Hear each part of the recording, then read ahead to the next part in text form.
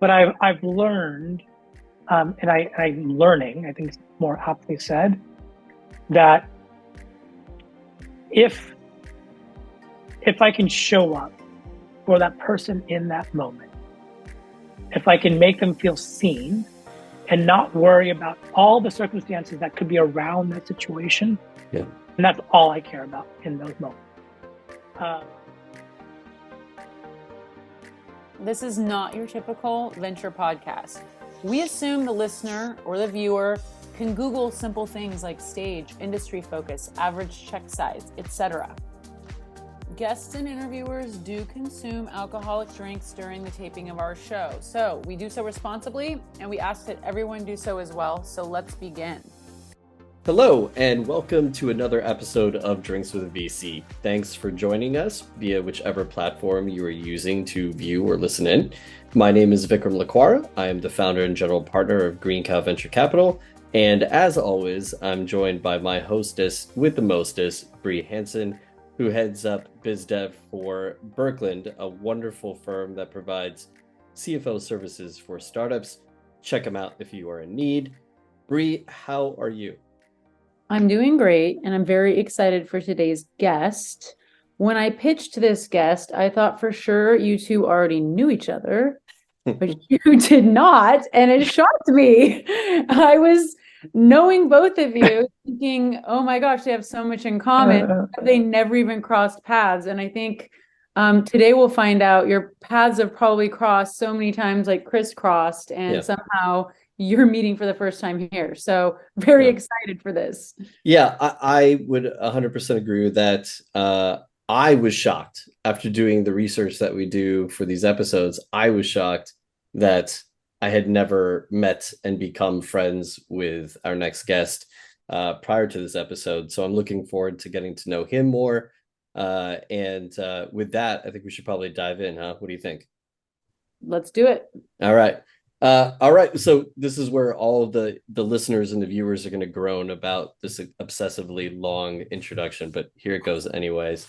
So after graduating UCLA with dual degrees in materials engineering and economics, he went to work as an investment banker with RBC, where he was a standout analyst, completing over $3 billion in transactions, including particular $1.9 billion Skype acquisition.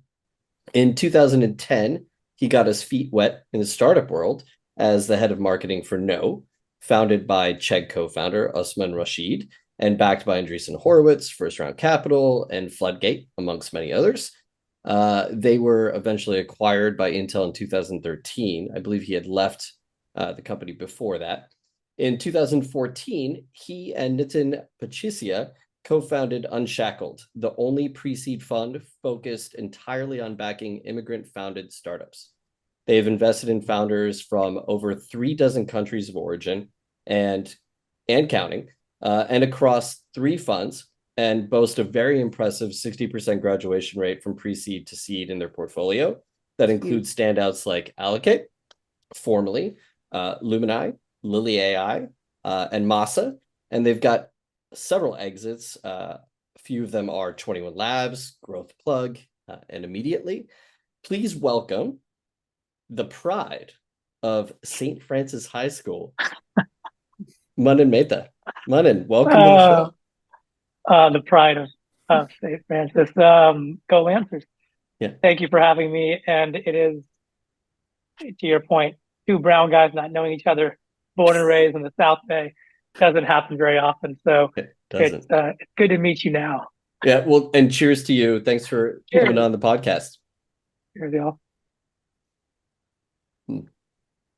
So what are we drinking tonight, Manan? You guys are really generous and got me a bottle with a velvet label on it. So Raymond, a little Raymond Cab Sauv, their 40-year anniversary selection. So I'm appreciative of this choice. I enjoy it. I've been to the winery, and so thank you for sharing this wonderful bottle with me. I appreciate that. Absolutely. When did you start enjoying wine?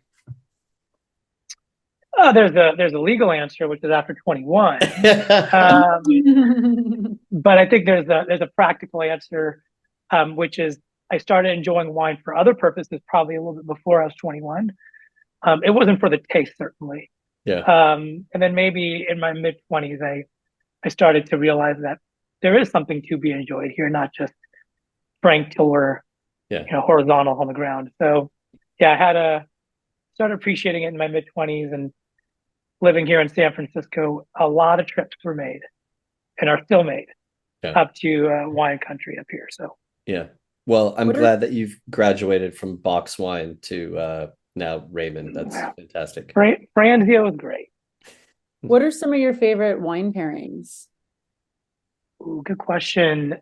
So yesterday I actually had a chance to go with a really good friend of mine to a French restaurant where we actually did a full white white wine pairing, which I'll admit, most of my 20s and early 30s, I would tend to opt for more red wine. I'm starting to actually appreciate some of the white wine. So yesterday we had a really wonderful dry Riesling with this incredible spread of fish. And so it was really nice. And so I tend to, if I'm going to go with things, I like brighter whites that are dry. Yeah. On the red side, I tend to enjoy more of the fuller bodies wine that are a little more tannic and tannin, and then certainly more earthy. So, that can change based on situation. So we got to go to Water Bar, do the cod with the Riesling. Ooh. Since it's down the street from where we live, we should go. That sounds like a VC thing to do. We should do it. Right? It sounds like something that I need to be back there for. So yeah. We'll have to plan in advance. By the way, if you're really into white wine, I know I've got a blurred background on right now, but go to Trefethen if you haven't already. Yeah. It's in Oak Knoll, and their Chardonnays and their Sauv Blancs and the Rieslings are amazing. And it was actually the location for my 5th date with my now wife. But in any case, Trefethen holds a very close place to my heart, but it's also just fantastic white wine. And the reds are amazing too, but I really like white wine, so I'm just plugging it there. I appreciate that. I will check it out. My wife and I also think we're gonna have some things to relate to here. We got engaged out in Healdsburg. Wow. It's a place that we go to. Healdsburg is obviously for those that know, it's in Sonoma Valley. It's known for its wine. We go up there at least twice a year, and for whatever reason, we travel the world when we get to travel, chasing wine regions. So I love it. Where's your favorite? I mean, there's a few, but we really enjoyed doing the New Zealand wine region because it was unexpected for us, and my wife loves the New Zealand Sauv. They're really crisp, they're brighter, and so that's when I started to appreciate wine more. And so it'll always go down as a place that I'll remember. And then if you do get a chance to ever go out into Italy and Montepulciano and Brunello, it's Montepulciano. It's really, really wonderful there, and it's definitely not as expensive as we have to pay for it here. So did you go to Piemonte when you were there? Not. Oh man. Okay, so you have to go to Italy again, and we'll send you a number of locations to go to. Laura and I just got back from there. Well, not just, but we were there and had a wonderful time. So that's good. I probably should have warned you. We collectively should have warned you. VCs come on the show and they unwittingly pick the elixir that is going to make them open up and like drunken sailors. And you picked wine. I want to know, is this the magical drink that gets you dancing on the dance floor? If not, what is it that gets Manan Mehta on the dance floor? It's not. It really doesn't take much.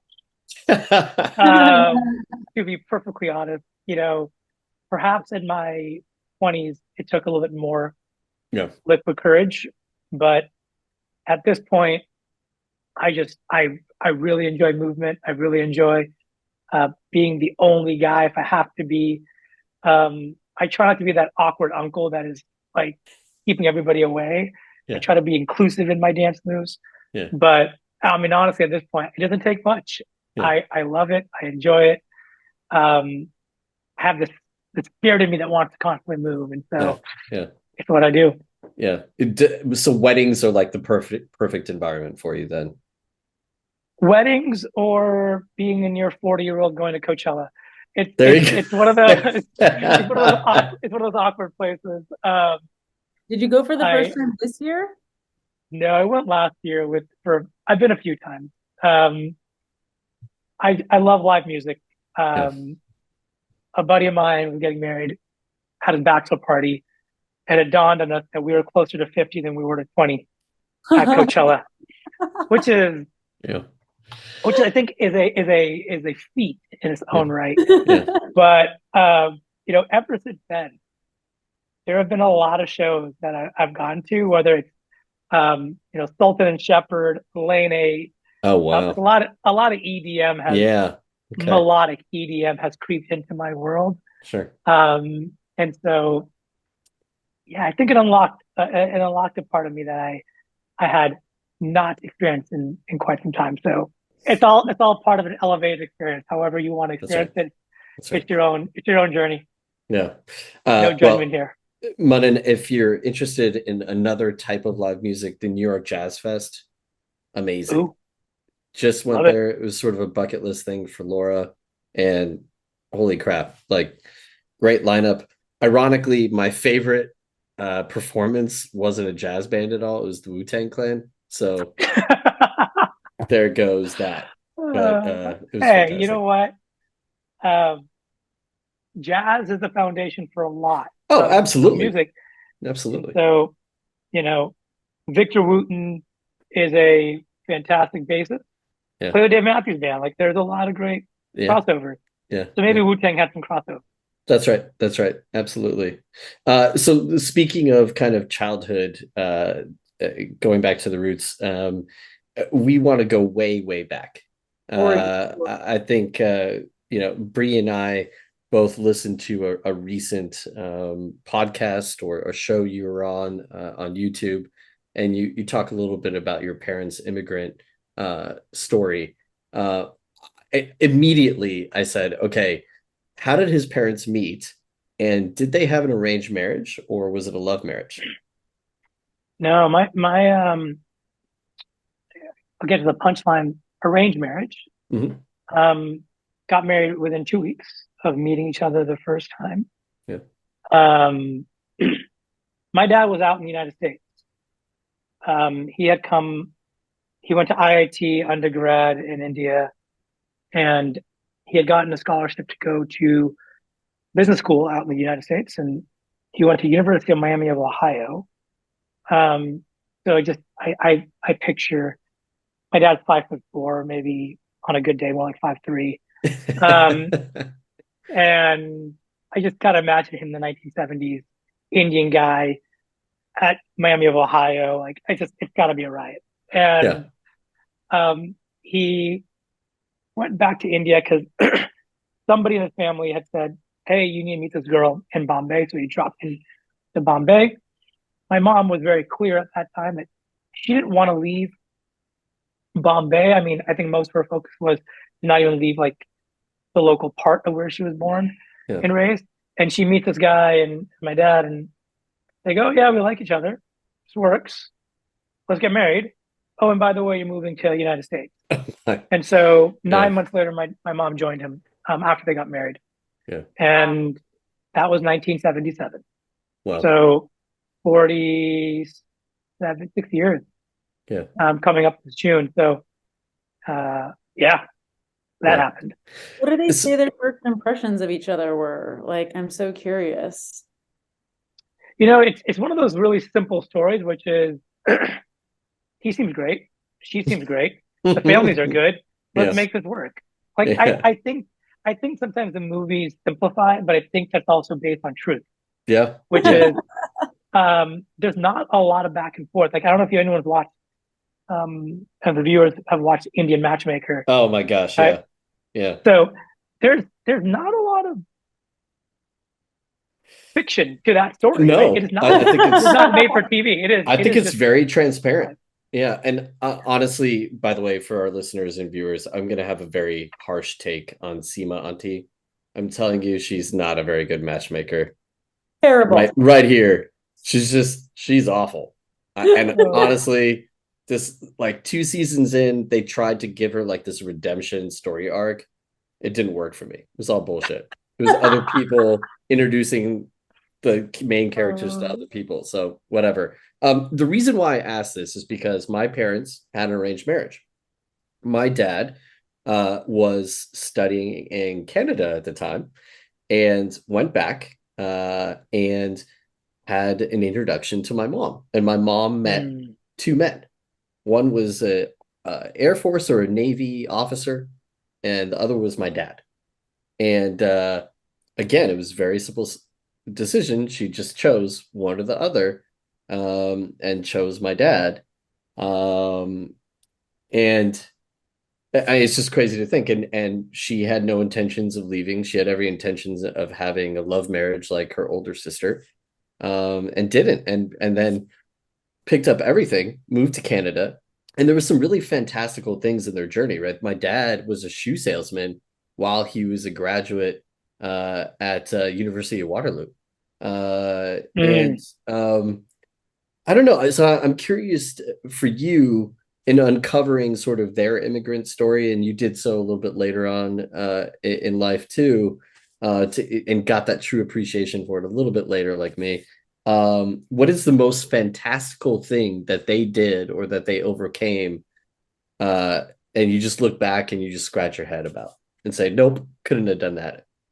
I mean, I think the through line for me is that, and it shows up in the work that I do, and not to make this about work from, but No. it shows up in that, which is their willingness to be uncomfortable was part of their comfort, Mm, right? Like, and that's I still think about this where my mom goes across the world. My dad, for those who may have known my dad, he's he was an exec at Tipco. He found his footing in the tech industry. He's a very outgoing, charismatic, um, very happy individual. He's like the uncle that everyone wants to know, and yeah. he's certainly somebody that he definitely had long hair and bell bottoms in the '70s, and so he's really curious about the world, and he'll experience things in a way that most Indian uncles will not. Yeah. And so my mom is not that. My mom grew up and went to school her whole life within, a 3-minute walk of her house. Yeah. Grew up with her parents, within her joint family. And I can't imagine what that must have been like, Yeah. being the only one, the third out of 5, to just go all of a sudden out of Bombay to the United States Yeah. and have no connection, no friend there because my dad's working. And that's what she had to do. So I think that idea of just accepting discomfort is Yeah. something that I think many of my peers growing up would not have done. Yeah. Right? Those that are born in the country don't know that life as well. At least Yeah. my friends who are kids of immigrants. And I look at that and go, man, could you imagine, and 4 years later have my sister, and then 7 years later have me? And like it's just a lot, right? Like it's a whole new life. And my Yeah. mom had to work, I think my mom a lot, right? But she had to work as a sales agent at Land's End. Land's End was a retailer back in the 1980s. Yeah. And then she worked at Great Western Bank to make ends meet, No way. because, right, like it's what they had to do. Yeah. And I think it's just crazy just how much perseverance Yeah. Okay. So they put forth. this is nuts because I'll tell you this. I grew up, my parents moved from Canada where they had my sister in Toronto to Silicon Valley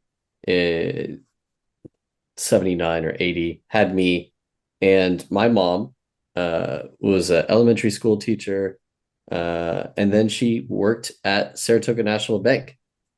And I swear, and my mom also ran my dad's books for him, right? Like for all of his companies, as a serial entrepreneur, he was shit at it. My mom though was on top of it and was doing all the finances.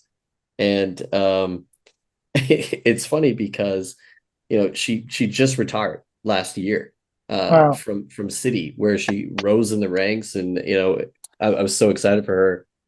And I never thought that day would come. But that leads me to this next question, which is, I don't think I will ever work as hard as my parents did. Do you believe that, or do you think you work even harder? Where do you fit on the spectrum? Um, I agree. I agree with it in a like I will not work as hard, but I will be more kind of concise about that. I don't think I have to sacrifice as much as my parents had to Hmm. for the life that they created. Yeah, And you said something earlier about your mom having two options and she picks your dad, yeah, right? If you think about just what had to happen for you to be born, all the time, right? right? That is so incredibly out of our control. Yeah, And I think about that from the perspective of being incredibly lucky, yeah, that I was born where I was born, to who I was born to, when I was born.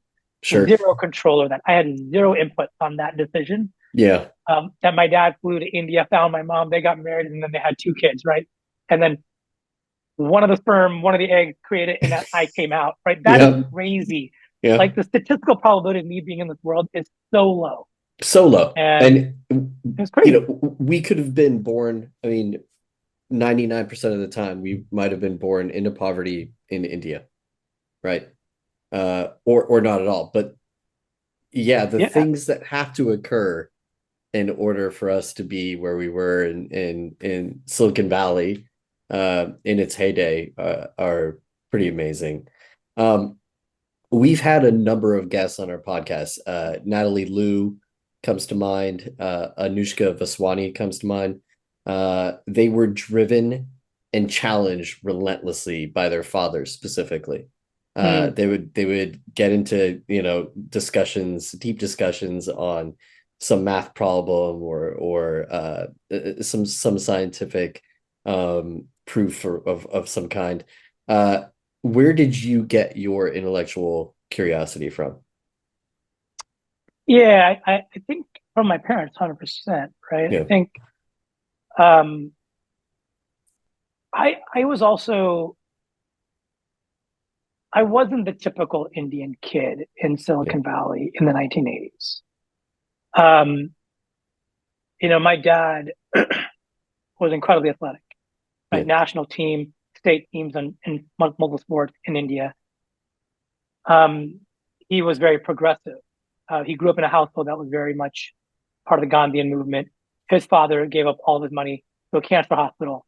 mm, Um, he sent all of his kids to the United States for multiple degrees.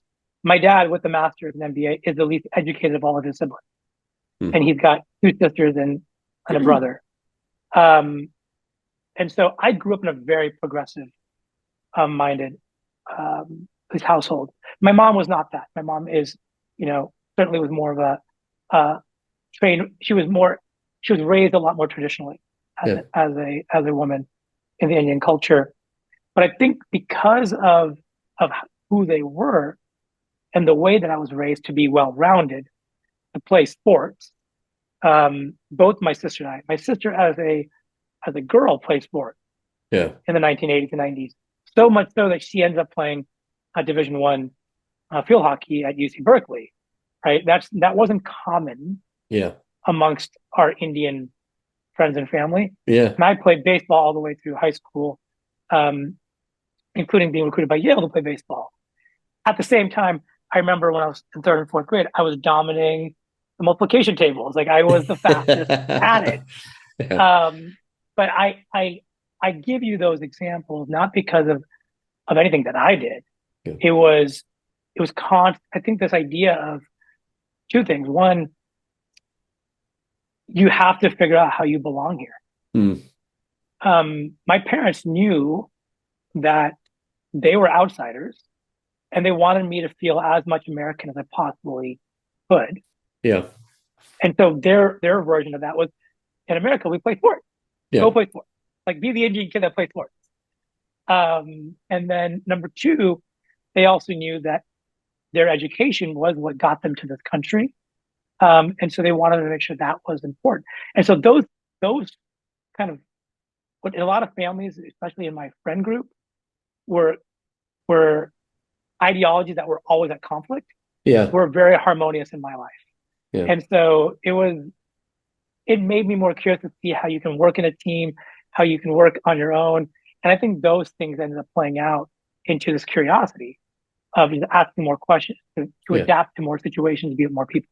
Yeah. On the back end of your 20s, do you feel like now there really is no environment where you really feel uncomfortable?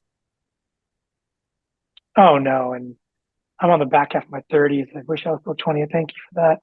Well, You know, I'll be 40 in March, but I appreciate that. yeah. No, there's still a lot of discomfort. Yeah. You know, I definitely feel a lot of anxiety Yeah. in settings where I haven't necessarily earned what I would believe my right to be in Mm-hmm. that room. Mm-hmm. I think there's a lot of elements which I did not appreciate growing up, was that being the only kid in sports, and one of the very few Indian kids in the Bay Area Yeah. at the time, I felt like an outsider.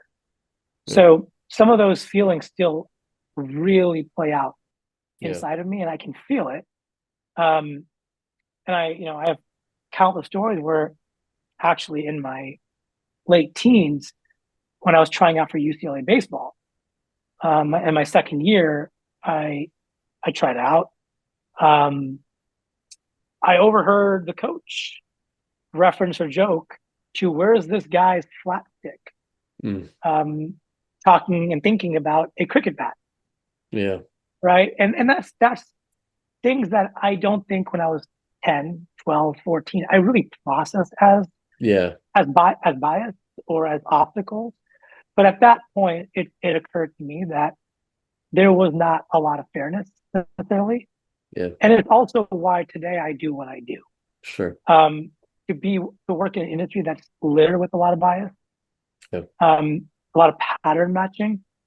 I get a lot of joy at being the first investor in immigrants that doesn't have to do that or tries not to do that.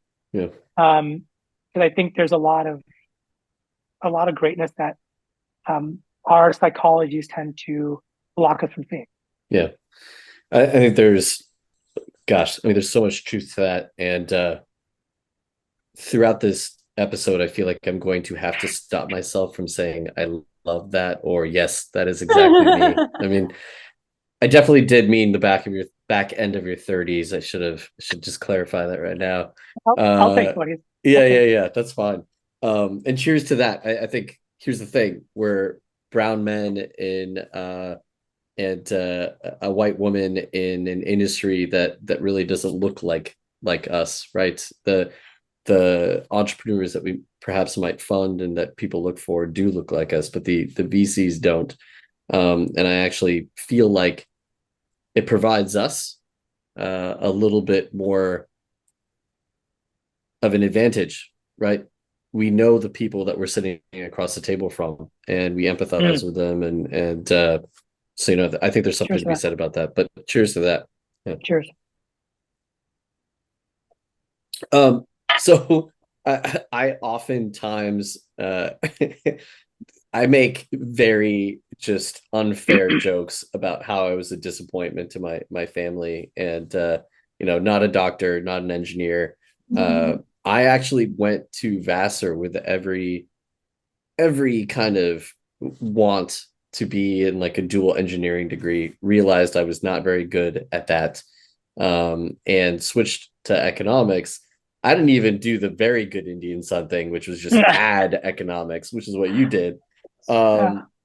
Do you feel like, um, you know, one of the byproducts of having this well-rounded kind of you know experience of both worlds and not just being one thing or another thing allowed you to experiment a lot more with your career when you graduated UCLA? Yeah, and I told this to my parents, I think back in 2013. I realized that I had a safety net. Yeah. That is a very powerful thing um, to have. Yeah. Um, and that safety net wasn't earned by me. It was offered to me from my parents. And that was their investment for those 20, 30 years into providing me with their confidence, their belief, and their financial and emotional support. Um, that's a big deal. And I don't think that is something I really appreciated growing up. And it's something as I get older now as a father, I appreciate it more and more. Um, and how lucky I really am. And Yeah. so my dad would always say something to me, and I'm going to visualize it, which doesn't necessarily work for those that are listening and not viewing. But he always said, I when I came here, I started here at a certain level, and I can only get to this much higher. Yeah. You are going to start higher than me, and I want you to get even higher. Yeah. And it wasn't said in such a way of putting pressure as much as it was a a shared belief that I was capable of doing more. And I think that was earned over time based on how I was engaging with the world and I was performing and I was finding my own pathway. So that was never forced into a doctor path or an engineer path. Yeah. I wasn't, that wasn't the way I was raised Yeah. by either of my parents. But I was told from a very young age that the moment you're done with school, you're not getting a single thing from us ever again, so earn it. Now, that is, to be clear, that is a lot Yeah. already right there. Like, and I don't know if I knew that at 16, 17 years old, what Yeah. that meant. But I look back at the kind of all the context and just, I can't help but recognize how privileged I've been. Yeah. And so it's a long way in going in circles a little bit around, I really, really genuinely feel that I have been able to figure out my purpose, and that is to have this life where other people believe in me, and it's my job to take their resource and their belief and give it to somebody else who I can believe in. Yeah. That's what I've been bestowed in as a kid. Playing sports, as a graduate in school, leading a dance team, and then working in the professional environment. And I think that was the safety net that I was afforded, which Yeah. was there was people behind me all along that believed in me and that were going to stay behind me just as long as I kept on pursuing my ambition. Yeah. Yeah. That's cool. Going back to baseball, such a Let's horrible do it. segue.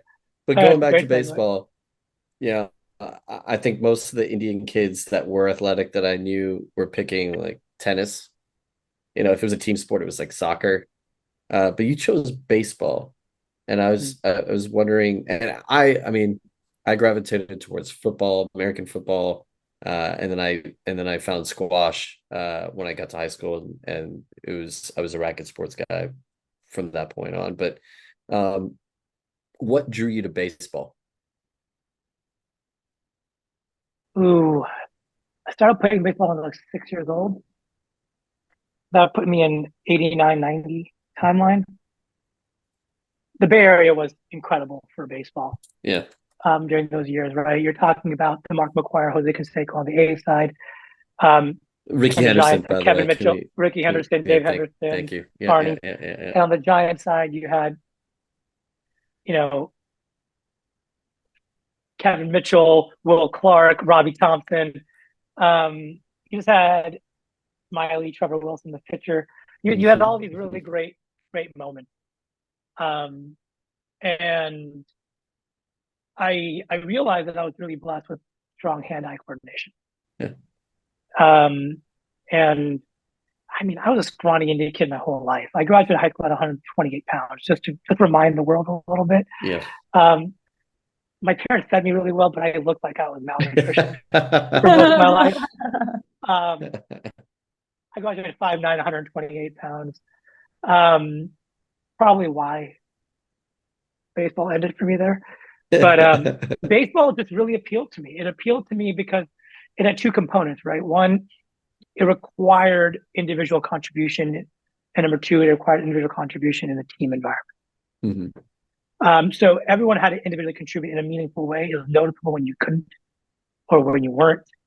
But it was also not enough unless everyone else supported and did the same thing. Yeah. And so I really like organizations in sports where there's strong individual contribution in a team setting. And so that's what I think appealed to me. And I was good at it. I mean, growing up, I played every sport, played soccer for 13 years.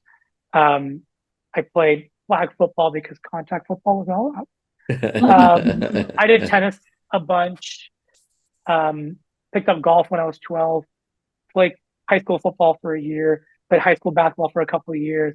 I played everything. Yeah. You have good hand-eye coordination, so I can imagine you just like pick up a ball and you make shit happen. Yeah, there you go. I was that kid. I was very. I've hung out with guys like you. Yeah. I've been on the golf course. I've never golfed before. Oh, hole in one. What the hell? That's you. Yeah. I get it. It's been 25 years of golf and never a hole in one. But I tell everybody I'm always trying. Yeah. Always trying. I've been lucky.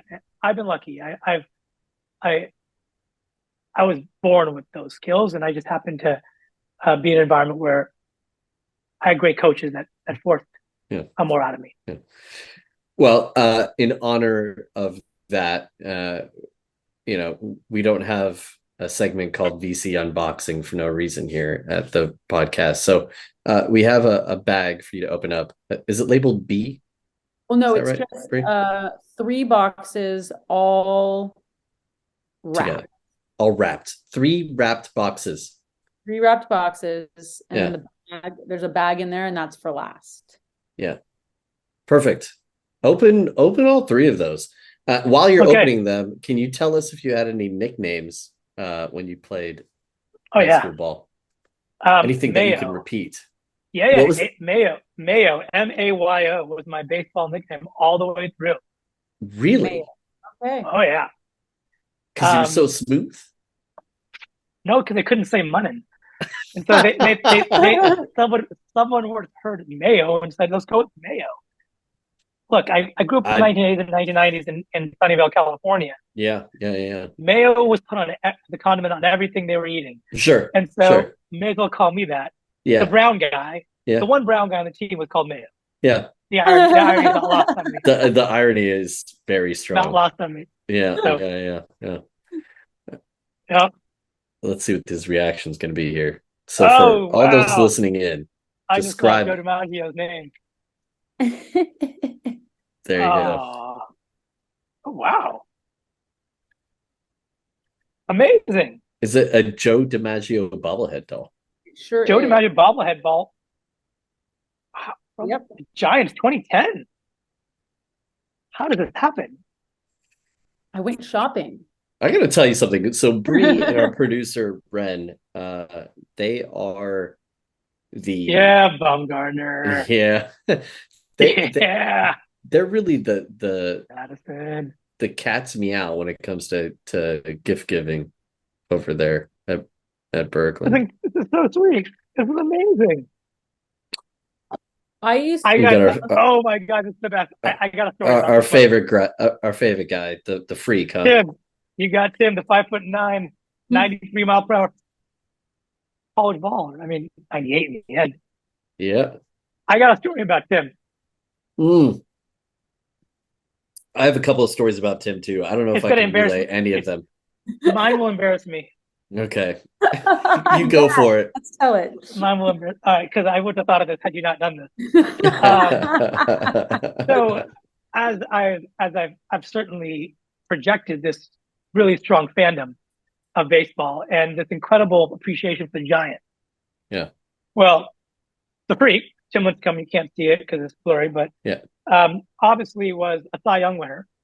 He was our best pitcher on our team. Yeah. And it was 2011. Yeah. So thank you for that. We were in the marina in San Francisco, and a bunch of us going together, including my sister and brother-in-law. We go into, I'm forgetting the name of the place, but it was over on Lombard Street. And we go in, and there's all this craze going on about someone's in here. Yeah. Someone's in here. I'm like, Yeah. oh, okay.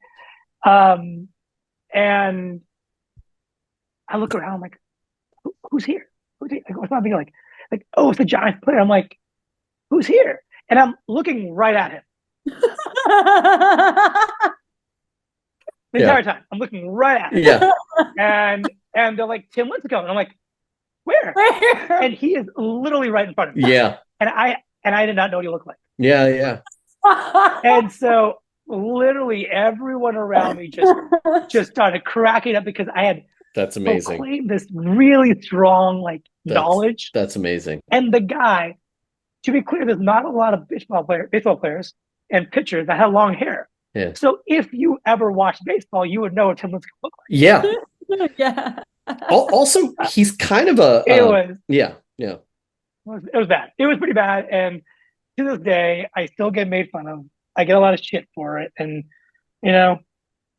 thank you for literally that year, Tim Lincecum bobblehead. It's amazing. You'll never forget it. You just cemented a memory. And that got imprinted. Bree and I often say sort of the reason why this podcast exists is to showcase how the life and work experiences of our guests really inform and mold their investment theses.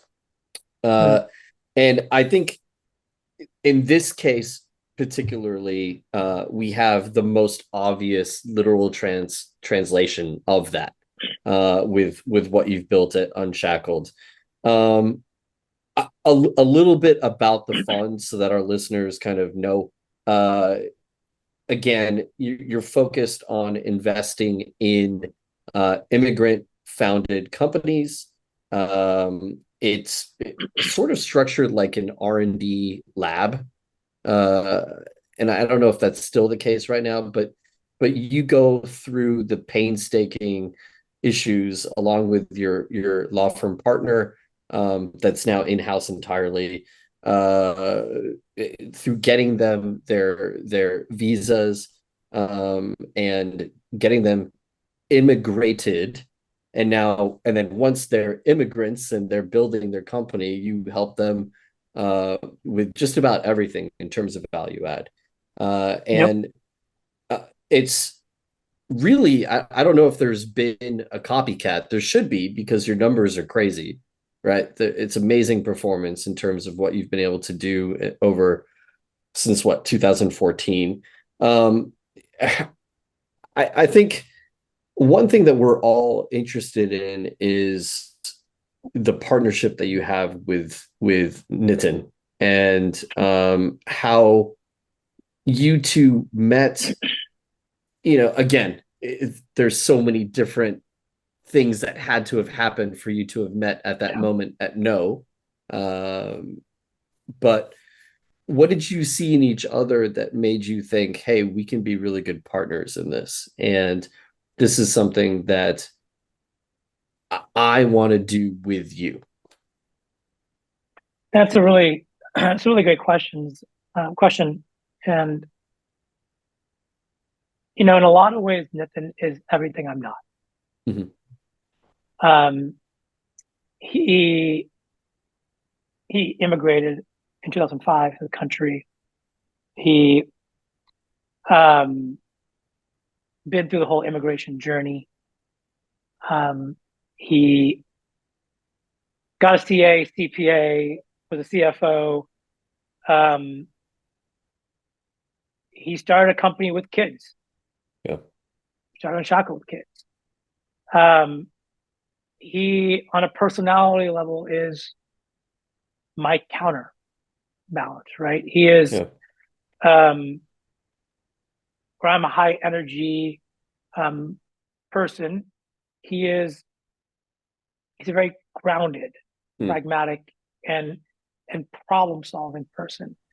You know, when we met, it was it was actually really interesting because we met at No and we overlapped for about a year and a half. I spent a lot of time just down in his office because he had an office I did not, represented by his stature in the company.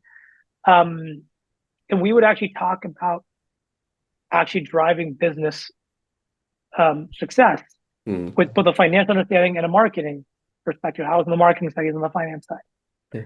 And we could riff off each other. We both could speak each other's language because he grew up in a household of a business owner, right? So even though he was much more financially minded, he understood what it meant to actually sell something.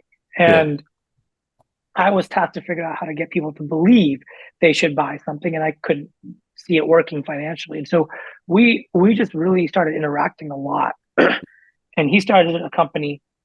At first, he left No, and he asked me to be an advisor on the marketing side, and that started a different relationship where it was outside of the walls of the mandate of No, which allowed us to appreciate our own perspectives when we were not told what to do on what we were thinking through. And you know, to this day, I will say this about Nitin. There is nobody that I've ever come across that will spend more time solving a problem than him. He gets so much energy around someone saying it can't be done. Yeah. And so the reason why Unshackled exists the way it is, you talked about an R&D lab. That wasn't me. That was Nitin spending hours and hours and hours asking first principle questions on why can't this be done? Yeah. Because he put himself in that seat. And that willingness to stay in the weeds for that long is something that I don't have. Yeah. I don't get a lot of energy from that. It actually feels very overwhelming for me. I like interacting with people and understanding their problems and working with them versus he will sit back and just do it. Yeah. And so it's a really complementary partnership. And if I think about, you know, we started working together in 2010, and then we became partners on Unshackled in 2014. It's been almost 15 years. Yeah. There's not a lot of VC firms that have partnerships that have lasted that long. Right. And I think it's because we are so distinctively different. But I will say this, we have the same agenda always. Yeah. We do things very differently. But the alignment is really strong, where I will typically come from more the empathetic human perspective. He will come from much more a literal problem solving perspective. We have two different solutions for the same problem. We'll mash them up and we get to a better outcome. Yeah. And so it's it is in a lot of ways, it's one of two marriages that I hold. Yeah. Right. Yeah. And I spend more time with him than I probably do with my wife. So I'm really lucky to have him as my partner, and very uniquely qualified to do what he does. Yeah. Good time to cheers the partners in our lives, both personal and work partners. Cheers to that. Bree, I love you. You're a great co-host. Great co-host. It's great So, that you can recognize too the yin and the yang that you guys provide for each other, and that you look at what he has as superpowers that you don't have, but you also have other superpowers. It's really great. Yeah. It's awesome. And I mean, I told him this probably about 2 months ago. He's got a gift that I hope he fully appreciates.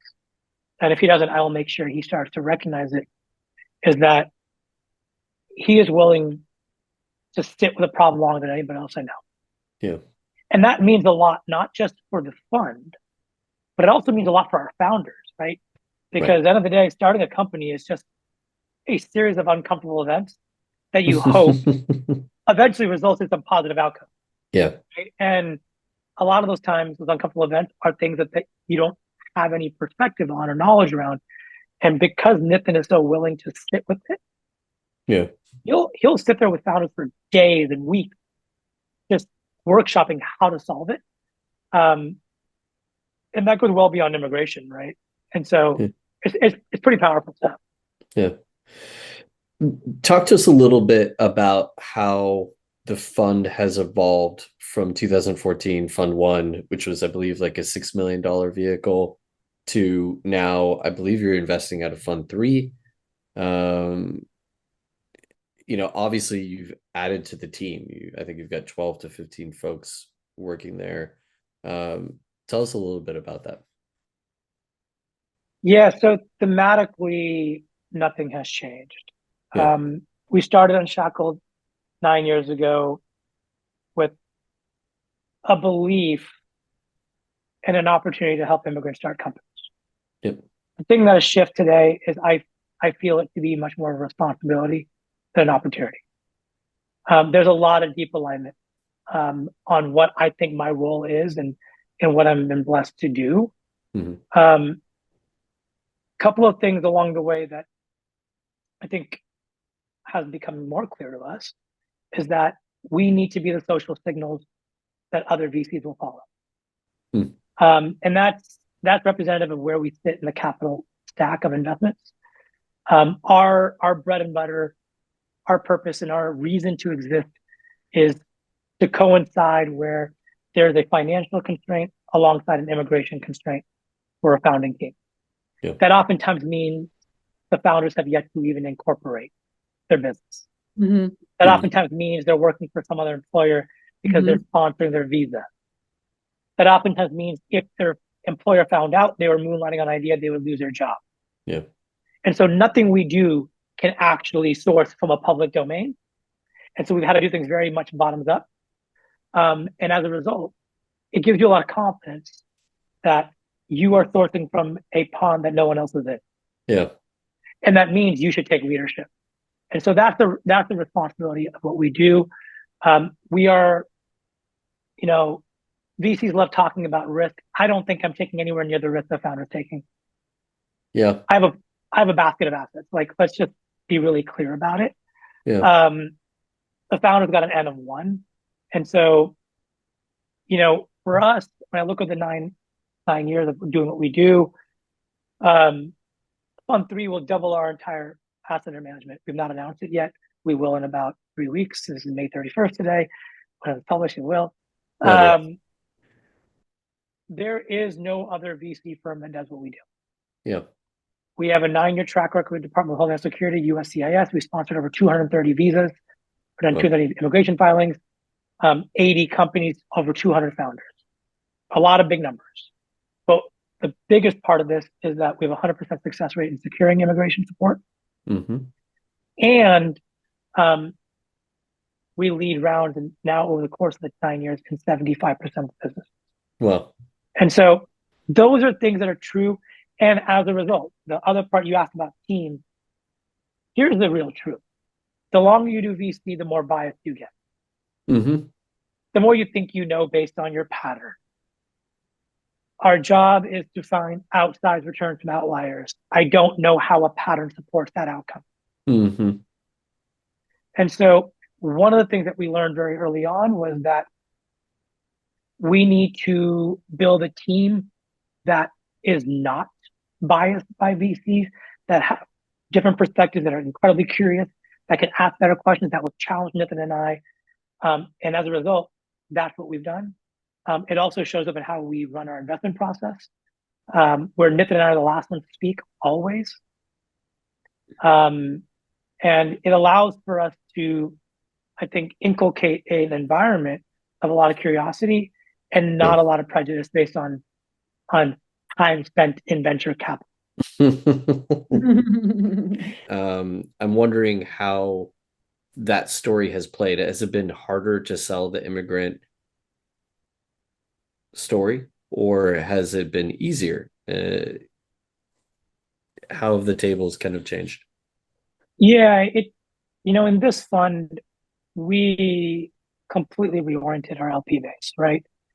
This fund will be about 73% of the capital will be institutional LPs, which is a dramatic shift. And considering our size will be about $35 million, is a really small fund for that LP base. Sure. That took a lot of time. Yeah. It took a lot of conversation. And when you really look at the body of work for us, I think we're also supported by market education. Yeah. By virtue of 3 very distinctive presidential administrations in this country during the duration of Unshackled, right? When Obama, Trump, to Biden. Wow. Yeah. There's we were under a lot of pressure earlier on to decide, are we do good or are we do well? Yeah.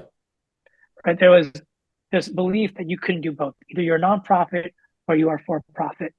And when you talked about immigrants, people's minds go to a much more empathetic space, which typically moves them into a do good space.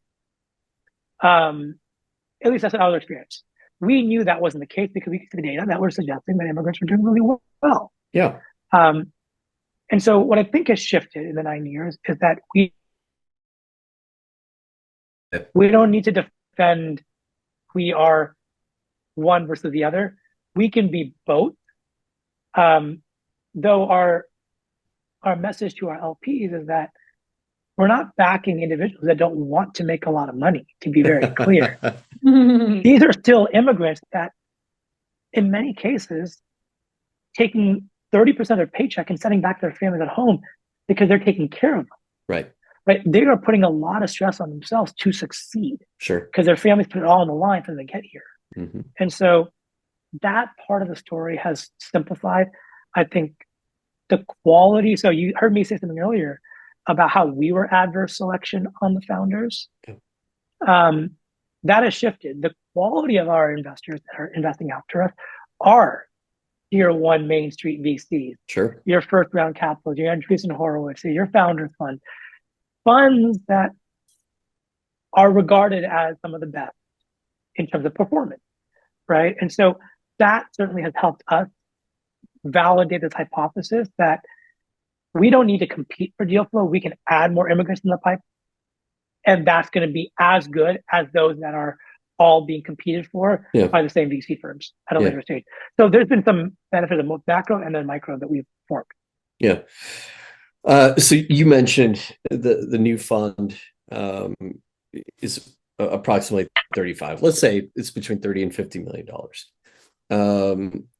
Do you feel like the fund size is capped at 30 to 50 million for what you want to do? And I ask that because, look, you talk about underwriting people being their friends and family money. And that you get to know your founders in ways typical investors don't, right? And there are growing pains associated with taking on more assets under management and deploying that capital into more and more companies. And, I think we've seen, not to mention any funds by name, but as they grow bigger, they often have a hard time scaling that value add. So how do you approach that? Yeah, I mean, we really believe, if you go back to where our alpha sits as a venture fund and our unique value proposition, it is at the intersection of financial and immigration constraints. Mm-hmm. That does not require a lot of capital to solve, right? Writing a check of $300,000 to $500,000 allows us to remove those constraints for that team of entrepreneurs to figure out, is this worth 10 more years of their life or not? Yeah. And as a result, when you're writing checks, initial checks of that size, and you're securing, 8 to 12% ownership in companies, it is nearly impossible to see a world of no strategy drift the moment we cross in like 75 million. Yeah. I'm going to be forced to write larger checks. And as much as we want to say we can keep more in reserve, I think having now been in the industry for 9 years, no matter how strong your pro rata rights are, it's really hard to fulfill them at all times, especially when you want the downstream capital to close the way you want it to be.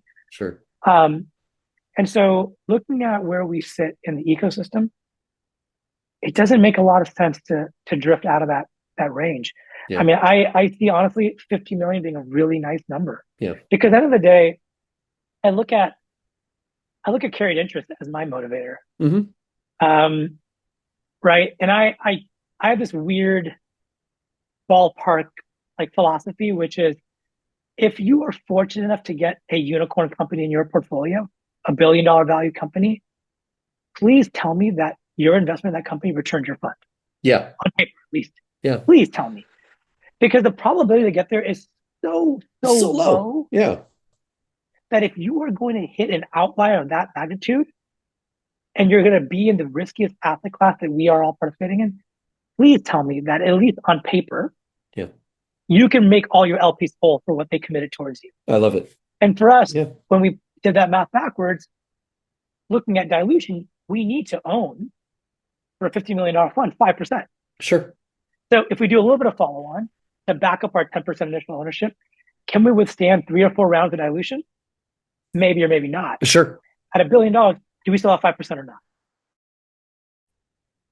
Then we're not returning our fund on paper.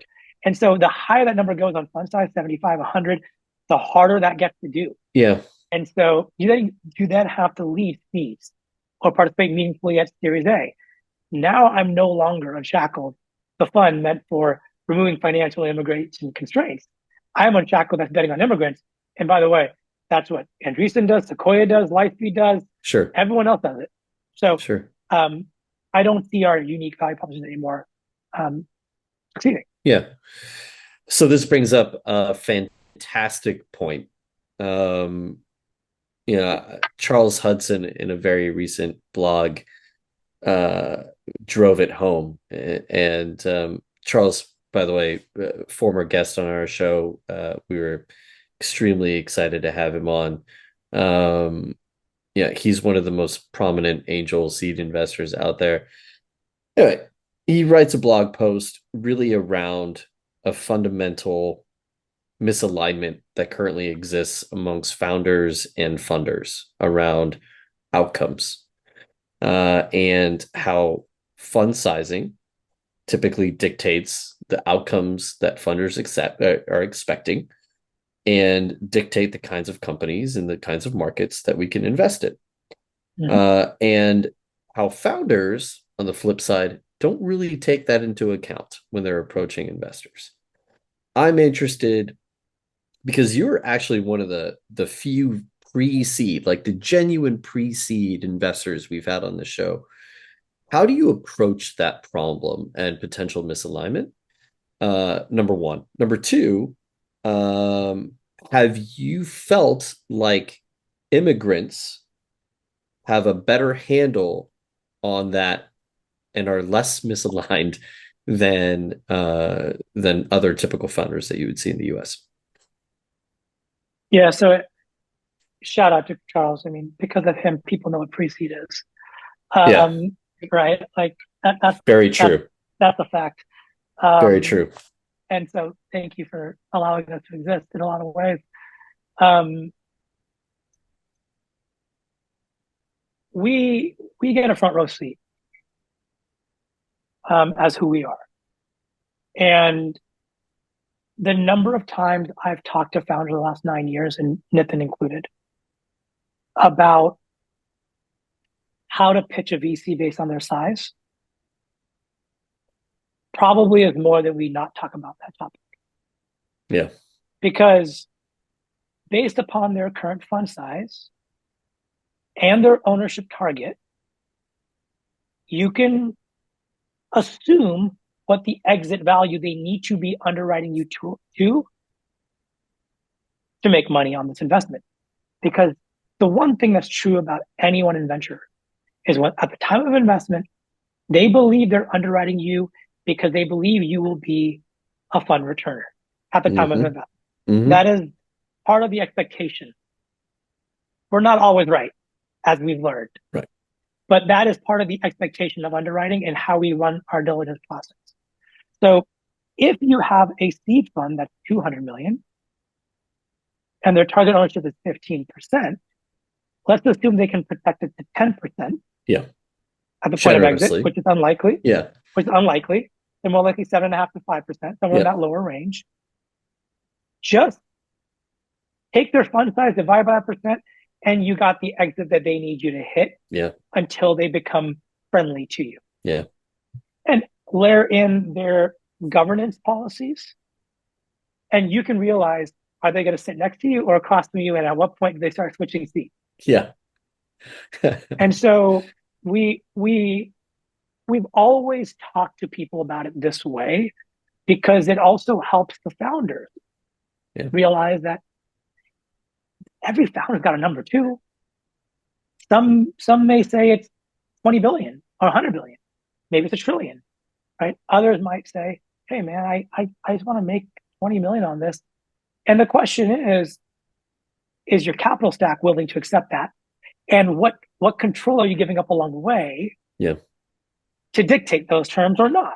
Yeah. And so because we sit at a position where we can make money at a lot of these different numbers, we can guide them based upon their ambitions and their desires to certain funds and help them understand how they should pitch. Yeah. Right. And so this is one that I wish were happening more often. Yeah. Because I do think that it doesn't need to be a disconnect. It's just a conversation that can make a connection happen between what the truth and reality should be. Sure. Absolutely. Absolutely.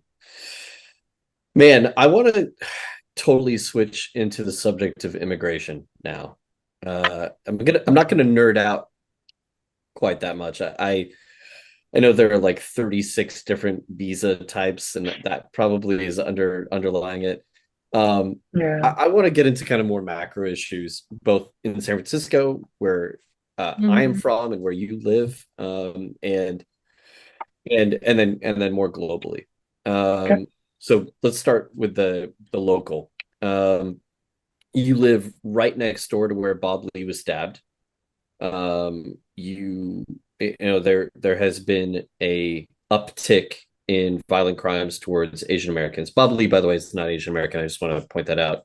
Founder of Cash App, separate. I'm making one point around violence, and then a second point around violence towards Asians in particular, and immigrants. Is there a point where San Francisco becomes less tenable for immigrants and less attractive to immigrants? And are we there yet? I think there's definitely a point. I don't think we're there. I don't think we're going to get there. Okay. I don't know if you want me to expand on that or not. But no, feel free. Yeah, I'd love you to. Yeah. I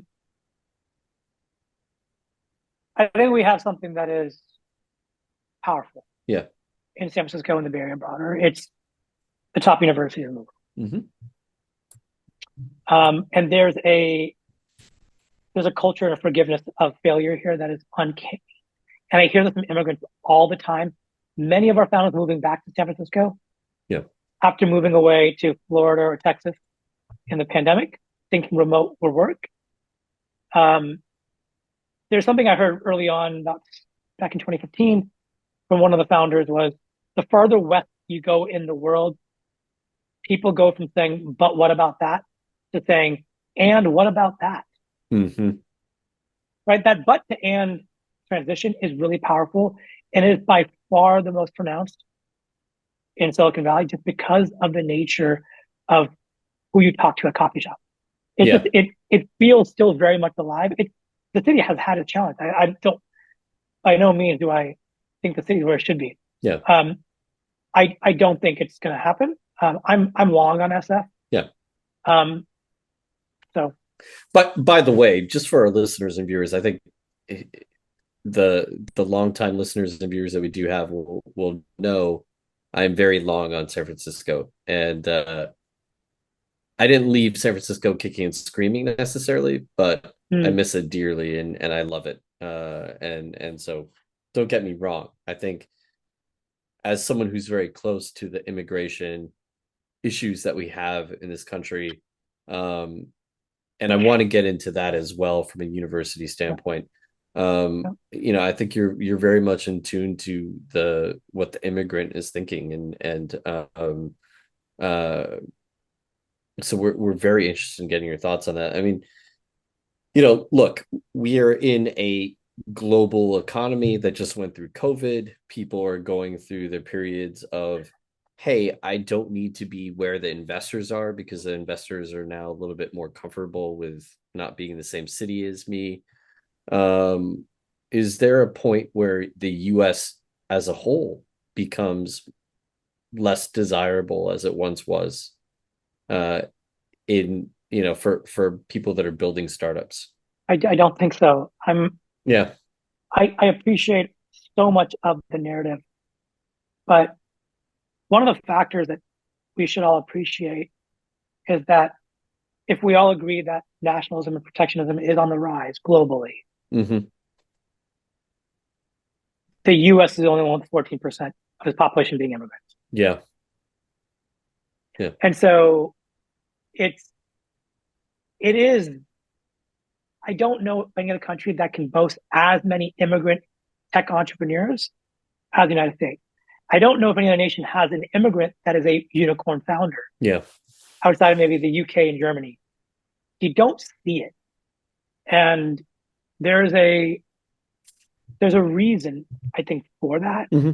And that was some significantly strong policy moves back in the 1960s and 70s. Sure.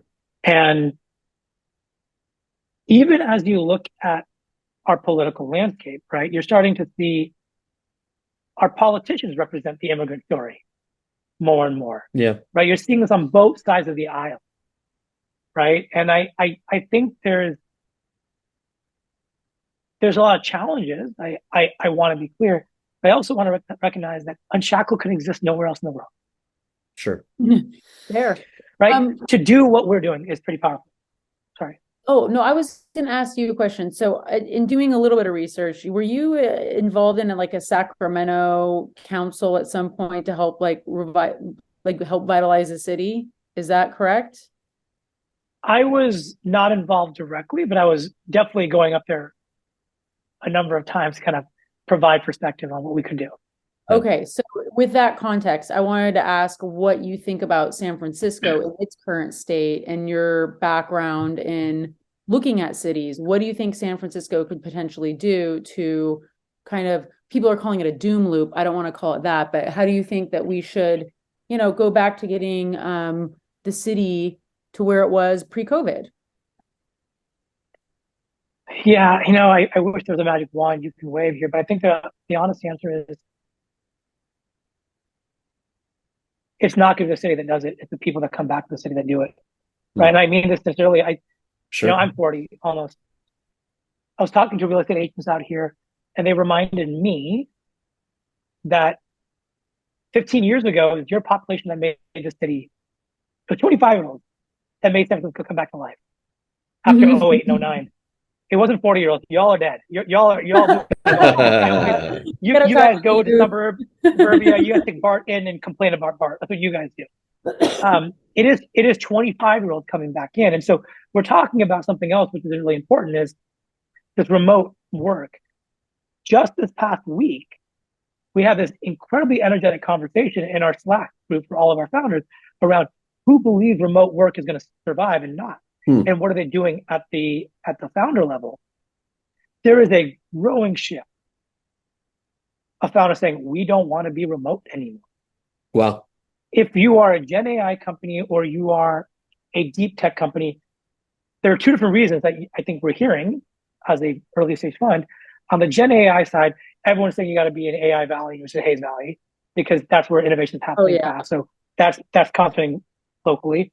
If you're a deep tech company, which is focusing on physical hardware innovation, engineering that is going to, the same engineering that made the 1960s and 70s, America is so powerful, is having to be revitalized again, which is also the immigrant, right? It's an immigrant skill set that can understand industrial assets and actually innovate on. Those two extremes are requiring more in-person time. The question then becomes, layer on top of this growing conversation around, do we trust digital correspondence as much in the world of quick generative AI products and solutions and really just images and things that we don't know if true? I think there's a premium happening towards in-person relationships and trust that is going to be an interesting wave to watch how that is then supported by these 20 to 25-year-olds, 28-year-olds who will come back to San Francisco or to any city. I think that's a big part of the story.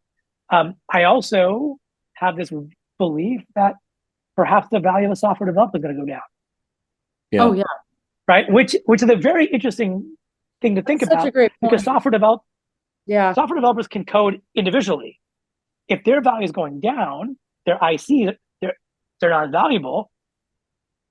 What is the collaboration? What does the product team, what does the sales team look like in fostering that trust? And I think if there's a premium paid on those skill sets, I think we have a flight back to in-person. And I think major cities like San Francisco, New York, start to, in Chicago, get the love again. I'm going to make one point. So you said 25-year-olds are going to make this happen again, but their soft skills and their communication is so bad because of COVID. Oof. So like, how do we don't have that same, I think, 2008, because I was the 25-year-old in 2008, right? That moved to the big city. That was me. That was you, right? Yeah. And to be fair, and me, by the way. Yeah, and you, all of us, right? We were generation, and I feel like Gen Z is like just like this. They're on their phones. They're not. They're not engaged. No, they're not in physical reality. They're literally in another universe, a parallel universe, which is the internet. I will offer this. I don't think the people I'm talking about are the ones that we're going to generalize as the generation that comes back to these big cities. I think there's a subset of that entire population that recognizes this and are coming back to the cities. And those are the people we rely on. Okay. Those are the innovators. Those are the evangelists. Those are the creators. And that's what cities like San Francisco really benefit from, because those are the ones that push. I think you're probably right, and I agree with a lot of the generalizations, but we're not here. No city is going to revitalize itself through the general population. It's going to be a handful of mavericks that do it. Right. And that's what we're doing as an industry. That's my job, to believe that we can create an ecosystem that attracts the outliers. That's what Stanford and Berkeley does. That's what these top universities, that's what America does. America attracts the outliers of the immigrant populations to start here. Right. This can go back to Isabel Allende back in like the 1900s, all the way to today, right, with the companies that you create today. That's what this country does. And I think that's something we should remind ourselves. That's why we survive this. To your question earlier. The answer. Maybe we need to open up the immigration and bring more people. So I love that. I want to put politics a little bit of aside, because I think we could talk about politics between the three of us for another 3 hours. And that's worthy maybe of another podcast. That's our conversation. That's right. And Riesling. I'm gonna need more. I'm gonna need 3 bottles of wine for that one. That's right. But this brings up the question, and begs the question: how important is it for the U.S. to evolve its immigration policies in order to achieve kind of what you're looking for, right? Which is the borderless entrepreneurship world. I think there's a modernization that's required. Look, I think there's a lot of specific parts of it which you've seen specifically around job creation. There's a lot of consensus across the aisle around this, right? There's a lot of consensus around those that we educate from abroad should be retained. They should be given green card. I think there's modernization happening, not necessarily at the policy level, but at the adjudication level. And those are very fancy words, and I appreciate that. But policy is what typically gets covered in the media. Yeah. Adjudication is what's happening through memos within the organization on how to adjudicate or how to process or evaluate a petition that you're getting. Yeah. Those things do not typically make it up into the media because they're not very click worthy. You can see how things shift, and you can see it based upon how things are processed. It doesn't make it such that there's now a new pathway when you adjudicate differently, but there is a leniency and an understanding that, again, having gone through the pendulum swing of Obama, Trump to Biden as an organization, I can tell you that not a lot has shifted. And despite what we were reading or understanding, and we certainly went through a Stephen Miller administration of immigration policy, right? We saw that. Yeah.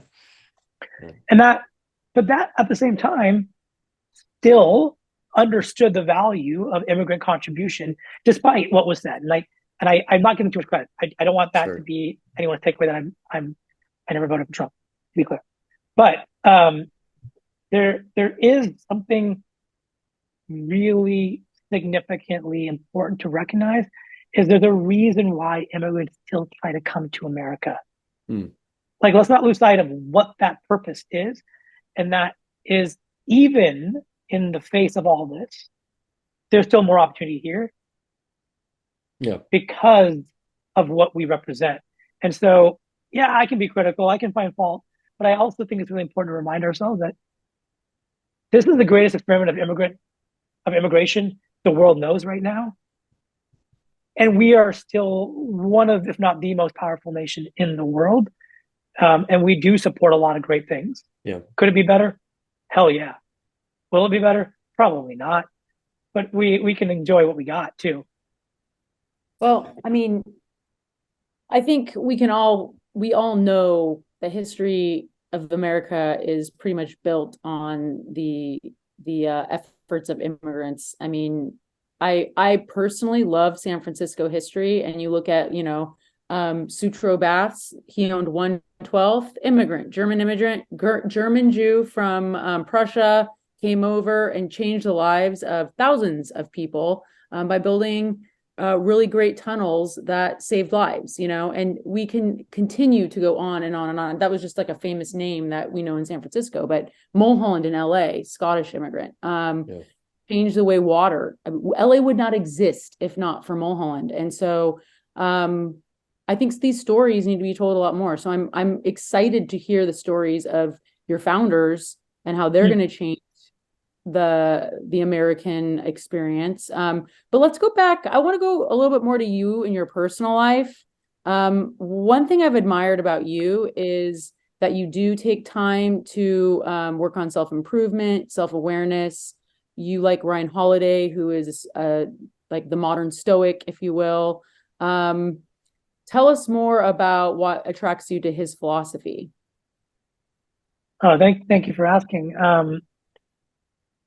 2.5 years ago, when my daughter was about 3 months old, I felt very disconnected. The voice in my head was very loud, not productive, and it was consuming me in a way that I was not present in my life. Fatherhood has a wonderful way of making you self-reflective, in my experience.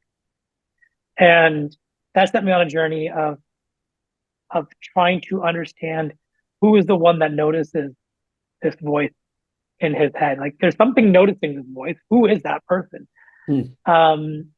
And it includes therapy.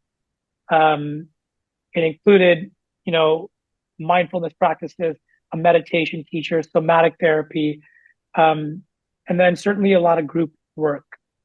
And, along that way, I stumbled upon Ryan's book, Discipline is Destiny. And in going through all these experiences, I found comfort in sharing my story, sharing my personal journey of things that I'm struggling with, and exposing the vulnerability. And I started doing this with immigrant founders, our founders. And what I was met with was absolutely incredible and inspiring. So many of my founders were familiar, not just with some of the Marcus Aurelius quotes, but with the practices, with the intentionality. Sure. And I realized that so much of the world, whether through prayer, religion, or through specific spiritual practices, grow up with this. Yeah. And in the US, it wasn't common for me to experience that. And so it was through a conversation with one of my Israeli founders who I mentioned discipline as testing because I saw a lot of that in him. And he said, "Oh, you should read Ego is the Enemy." And I did. And Ryan Holiday all of a sudden became the go-to guy for me, who's really a modernist of daily stoicism. Yeah. And I found that to be really impactful for me. And I've uncovered things like my name Manan comes from Mana, Sanskrit, for mindfulness. That was, again, not a choice of mine. And I'm really drawn into this world. And I'm drawn into it because it gives me a lot of peace, internal peace, to be my authentic self. And it also helps me be a much more active and present listener for my founders. Yeah. And that's been powerful. One of the tenets of Stoicism, and correct me if I'm wrong, and I might be, but is around, not fixating around the things that you cannot control, but in a call to action on the things that you can, right? And Ryan Holiday, gosh, I went through many a rabbit hole as soon as you mentioned him earlier, prior to this podcast. I remember watching one video of his on YouTube, and he talks about sort of the 12 questions of in a stoic fashion that you should ask yourself every day. And the first one was around kind of who you were spending time with, right? Do the people that you're spending time with make you better? Do they get you on the path of being a better version of yourself? The same version of yourself, a worse off version of yourself? And in a lot of ways, this podcast to Bree and myself is a very self-serving way of being around people that make us better, right? And I wonder, sort of for you, listening and adopting a lot of this modern stoicism, what's one parable, what's one lesson that you are constantly saying, hey, to X, Y, and Z founder, or, what is one thing that you end up repeating more and more that I think our listeners and viewers can take away from this and say, hey, this is something I should incorporate in my life more? It's a really good question, and I am so far away from understanding these practices in full. But I've come to embody a very simple philosophy, which is treat the person, not the circumstance. Yeah. Part of this practice around stoicism and just understanding is a teaching around detachment from outcome, right? Not a detachment from intention, but attachment from the outcome. Yeah. And in venture, outcomes are a long way away. And so it can be pretty hard to do. But I've learned, and I'm learning, I think it's more aptly said, that if I can show up for that person in that moment, if I can make them feel seen, and not worry about all the circumstances that could be around that situation, I think I have more control. Yeah. And that is control over how they feel and how I feel. And that's all I care about in those moments. It's hard. Because oftentimes the individual who's in that situation, all they can think about is the circumstance. But I've also learned sometimes asking a very simple question, which is, how are you feeling? Mm-hmm. And the moment they say something like, I feel that, I know they're not telling me a feeling anymore. Because you cannot insert a feeling after saying, I feel that sad. Doesn't make sense. I feel that angry. Doesn't make grammatical sense. And so I try to probe and say, how do you feel? And that allows for a grounding conversation on the person, which I then can control a lot more than I feel that this person did this to me. Okay, well, I can't control that person. So how do I help you in this point? Yeah. Maybe a lawyer can. I can't. So that's kind of been the embodiment of it. It's a practice of focusing on the individual, not the circumstance. Yeah. Yeah. So I like that you just brought up feelings. You and how asking someone how they feel, because that's such an empathetic question. And I believe that in our field, most people say, I think, or how do you think? What do you think about this? And feeling and thinking are two different things, right? You took the Touch Feely course. Do you want to tell us a little bit about that journey and how it's changed your perspective? Oh, that was such an incredible course. I was fortunate to do that. It's the Stanford GSB curriculum that's been instructed to be offered to leaders in the tech ecosystem at large. It was probably the most comprehensive 40 hours of a learning tank I've ever been in my life. Wow. It was emotionally exhausting. I needed 3 days. I was a shell of myself. There was no outside influences on us. But it was exhausting because what was created in that group, something called a T group, was opportunities to connect across very different personalities and to share very openly how you are receiving somebody and have them accept that, not as an indictment, didn't start that way, of themselves, not as a judgment, but as an expression of feeling.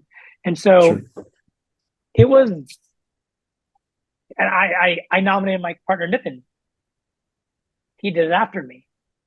I just saw on Monday on a team call that one of our teammates, our newest employee, Elizabeth, just bought the book that was written by that teacher. Oh, it has transformed the way we talk to our team, Wow. the way I talk to my wife, the way I show up for my daughter. Because I've learned, I grew up in an Indian house, and I told my parents this after this as well, that I was raised in a world where there were two emotions, either really happy or really mad. There's a lot of stuff that happens in between that we all feel. Yeah. But I was told, you shouldn't feel that way. That was a very common language that I was using in my house. You shouldn't feel that way. As if it was my fault that I was feeling sad. Right. Or anxious or excited or worried. Those are not allowed. And so not having that vocabulary of words made me a very extreme person. And so knowing that there's a language there, knowing that other people feel those same things and checking in on them and saying something like, when you said that, my intention is to connect with you. So when you said that, I felt hurt. How would you want me to feel? You open up an incredible conversation of trust and vulnerability, right? So their deepest fears, their excitement all shows up. That has changed every part of my life. And I think that's allowed me to be more focused on the person, not the circumstance. Yeah. I heard a phrase, get curious, not furious. And that's what you just reminded me of. I love that. I just, with my therapist, had a mantra created called curious acceptance. Yeah, How do you be that's curious brilliant. and accept whatever it is? Yeah, It's all wonderful to say. yeah. Harder to do, It's but harder to it's a do. life philosophy. Yeah. We typically have a physical gift to give you next, but this one is going to have to be told to you. It's really in an effort. We know that you're putting in the work in so many different fronts, but one of them is being more present for your family, and in particular, uh, your little one. And so this, Bree, why don't you tell him what him and Anissa will have access to? I sure will. You and your family will have a year annual membership to the Children's Creativity Museum, which is right up here on, like, yeah, right down the street. So you can like stroller all the way there, walk, and it's a fabulous museum. And it's very hands-on. You can walk through it. They have lots of different things because when we live in the city, so there's not a lot to do. So yeah, we got you an annual membership. merry-go-round. Oh, yay, because you get Excellent. Oh my God. That's part of your membership. Free ride. I literally took her this past weekend when her mom was sick. So, Oh, and we're not a member, so that's incredible. Fantastic. Thank Lovely. you. Lovely. Thank you. Listen, I know we're running up against way over time, but we have to ask you, will you play 5 questions with Drinks with the VC now? speed round. All right, speed Sure. round. Number 1, what is your go-to karaoke song? Bombs over Baghdad. All right. I like it. If you could invest in any fictional startup from a movie, TV show, or book, what startup would it be?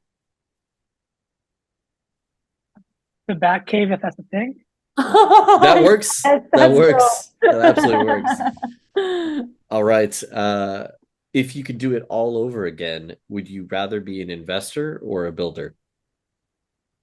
I'm both. I'm good. Cool. All right. What movie best fits the future of the human race?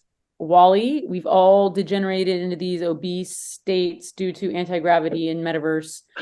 Avatar, we're dominated by a quest for resources, new worlds, walking around in avatar bodies, or The Matrix, we're all in a simulation. I like the idea of Avatar the best. Fair enough. All right. Last question. What is the one deal that you passed on that you wish you hadn't?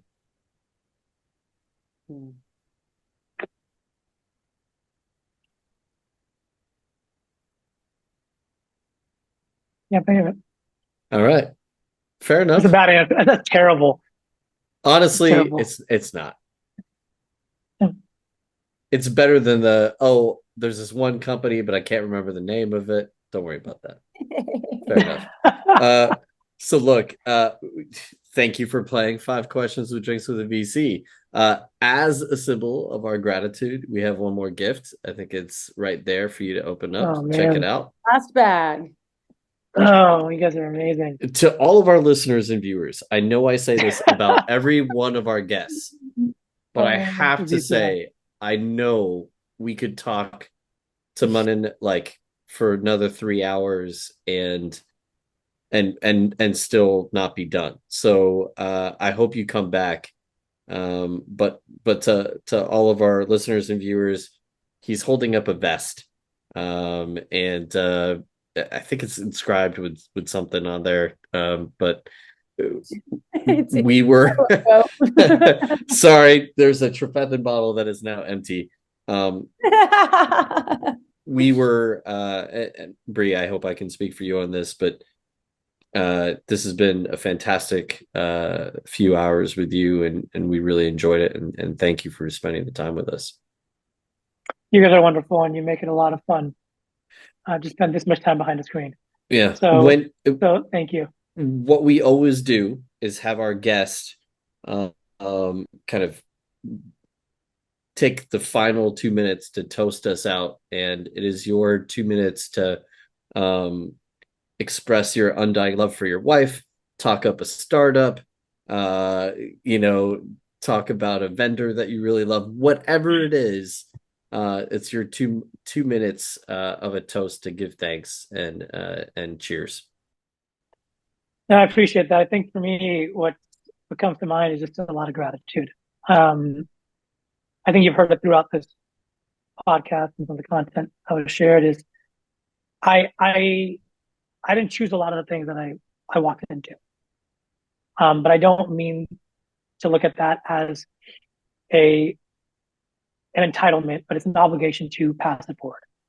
And so everything that I try to do is to recognize my good fortune and use it to give other people a chance to do what they want to do. I think that is what I was meant to do. And so whether that means, you know, supporting my family, immigrant entrepreneurs, or my friends, I love staying in the background. I love being that support. I don't need a lot of personal recognition. I love that my name is really hard to say for most people. But I love that Unshackled is memorable. And so, you know, a lot of who I am is a culmination of life experiences, and I can't wait to learn so many more experiences of people around me because I think that just educates me in a way that really fulfills me. So thank you for allowing me to share these stories. Thank you for doing all the work that you guys did to just prepare for this. I am still processing. How do you know so much? But it really brings a lot of humanity to this. So we're not static creatures, and so I appreciate you understanding that. Yeah. And cheers to you guys. Cheers. Cheers. Cheers. Cheers. Catch full episodes of Drinks with a VC on Spotify, Apple, or Google Podcasts, and on YouTube for video.